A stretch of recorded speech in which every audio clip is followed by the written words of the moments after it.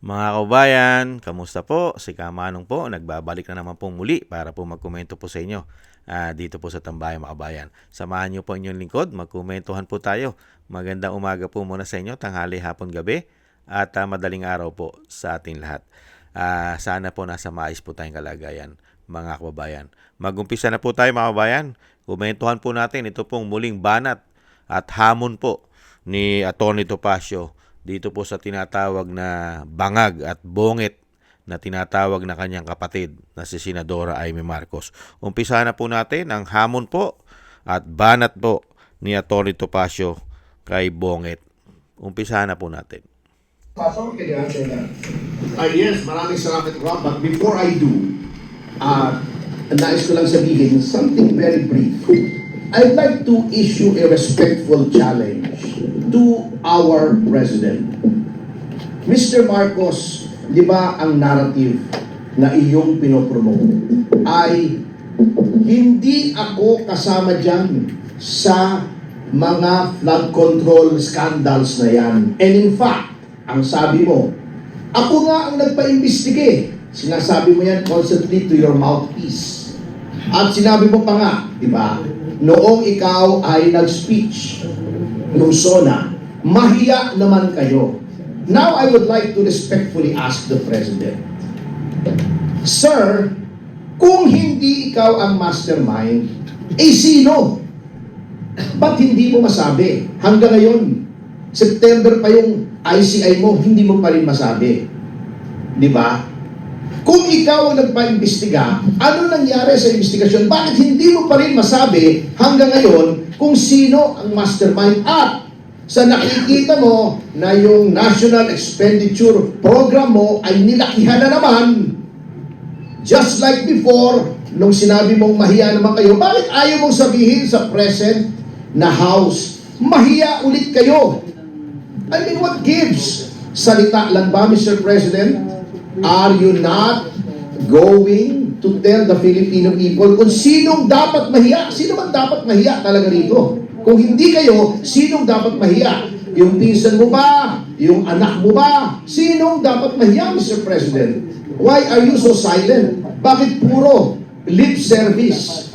So that is my challenge. Ngayon, ito naman public knowledge naman, pero alam nyo, mabubulat kayo. Because, alam nyo, yung sinasabi nga po sa Konstitusyon, Rob, na the legislature is the guardian of the public purse.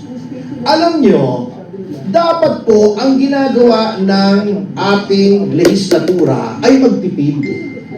Kung merong wish list ang presidente under the National Expenditure Program, siguro dagdagan mo ng konti, bawasan mo ng konti, but for you to double or treble yung hinihingi ng presidente, there's something wrong. Bakit sa halip na pangalagaan mo yung pondo, tipirin mo, nilalakihan mo pa? Walang iniwan niya sa anak mo eh. Humihingi ng allowance, Dad, may party ako sa Sabado, pahingi naman 1,000. Wag, 800 lang. Ito, baliktad eh. Paano matututo ng fiscal responsibility? Dad, pahingi ng 1,000, gawin natin 3,000. Saan mo lalagay yung 2,000? Yun ang nagtataka ako. Kita nyo, Ito na naman eh, walang pagbabago mga kasama. Tignan ninyo Kaya sinasabi ko yung speaker, same, different dog, same collar. Eto, umpisahan natin. Yung iba halimbawa si Roman Antonio, ang insertion siya, hundreds of millions. Okay? Kunin na lang natin yung first 5 para hindi kayo maboard. Ito po yung mga tambay. Sinabi na naman po yung first 5 dyan di ba? Noong nakaraan, i-vlog na po natin yan. Sila Boji, mga tambay, di ba? Swansing, ang talagang napakalaki po ng insertion na naman, mga kabayan, ng mga politiko na yan, mga congressman.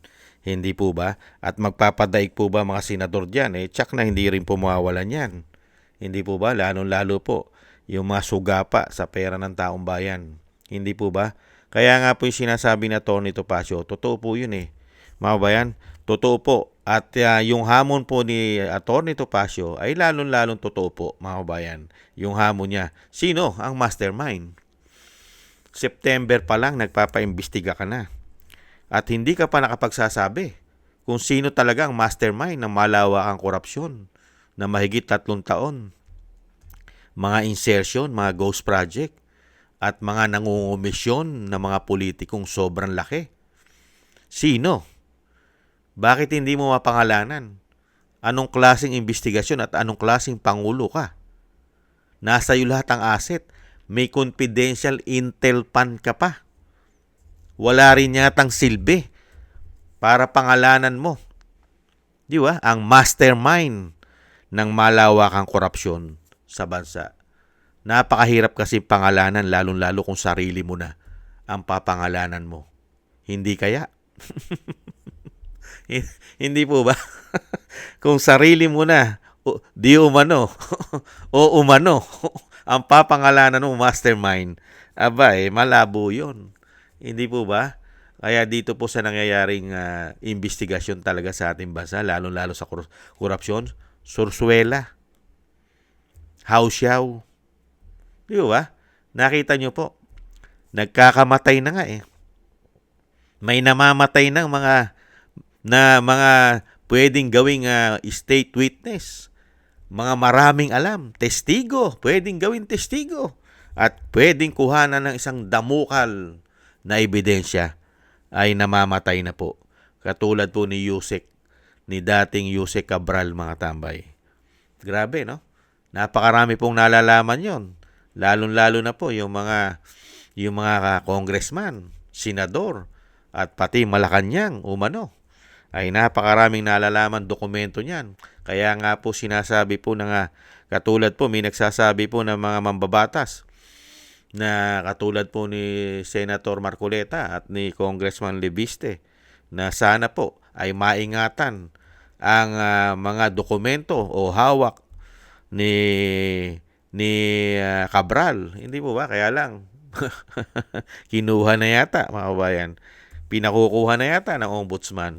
Unbelievable, mga kabayan. At hindi na po lalabas yan. Naidagdag lang po natin. Pero dito po, mga kabayan, tamang-tama po sinasabi ni Atty. Topacio eh. Sino ang mastermind? Ngayon, sino ang mahihiya? Katulad yan, dinagdagan na naman, ang lalaki naman. Lumalabas na naman, may mga insertion na naman, may mga pasobra na naman.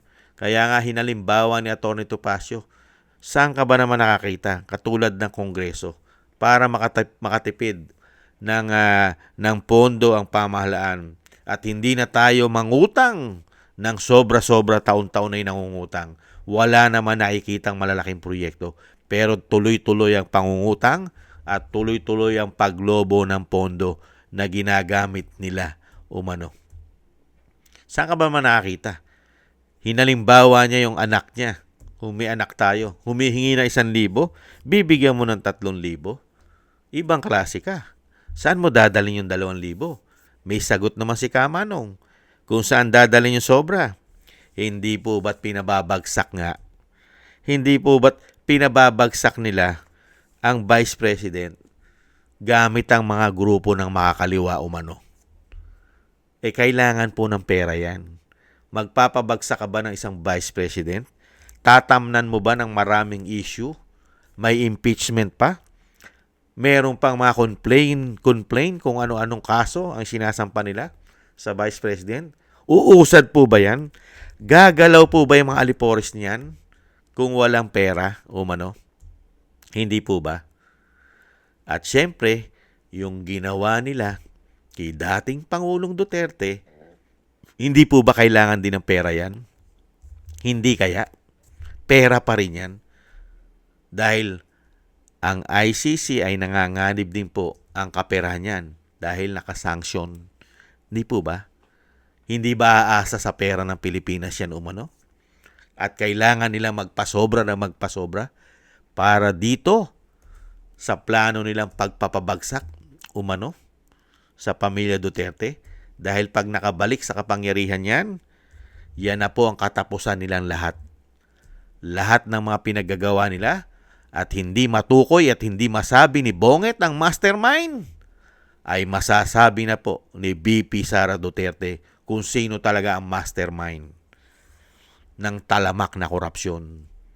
Grabing korupsyon. Grabing pagnanakaw sa ating bansa. Hindi po ba? Kaya ngayon mga kabayan, kahit anong gawing hamon ni Atty. Topacio kay Bonget o kay Bangag na tinatawag ng kanyang ate, ay malabo po sa sabaw ng pusit. Napatulan po si Atty. Topacio ni Bonget.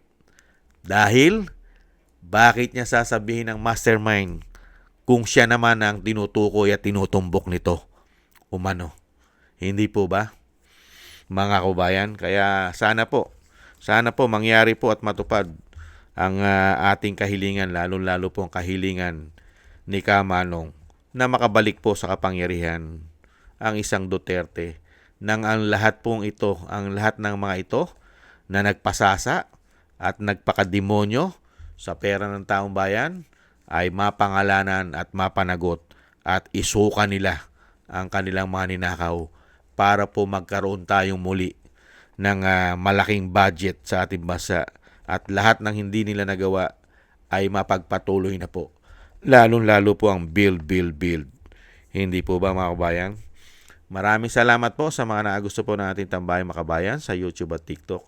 At ganoon din po sa mga subscribers po natin, sa mga nagbibigay po ng komento, like, share, and subscribe. Maraming salamat po sa inyo. Shoutout po sa inyo lahat.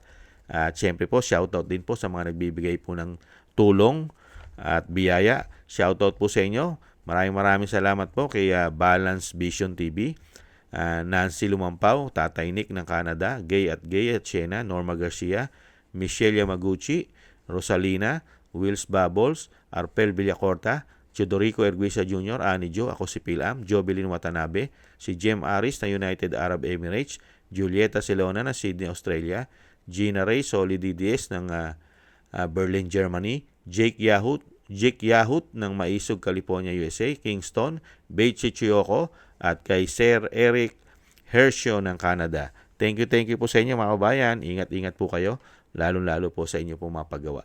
At syempre po mga tambay, yung lagi po natin ginagawa, tayo po magsama-sama po, pagsamahin po natin ang ating mga dasal at panalangin na tayo pong lahat, ang ating buong sambayanan ay maingatan po. Ganon din po ang pamilya Duterte, tayo po'y maingatan sa kapahamakan. Mailayo po tayo sa kapahamakan. At madugtungan pa po ang buhay at kalakasan ng dating Pangulo. At makalabas na po siya sa lalong mabilis. Thank you po sa mga dasal po ninyo, mga kababayan. At muli po mga tambay, happy holidays at God bless po sa atin lahat at maligayang Pasko po sa atin lahat, mga kababayan. At sana po araw-araw po ay maging Pasko naman po sa atin. Thank you po mga kabayan. Ingat po tayo. Bye-bye.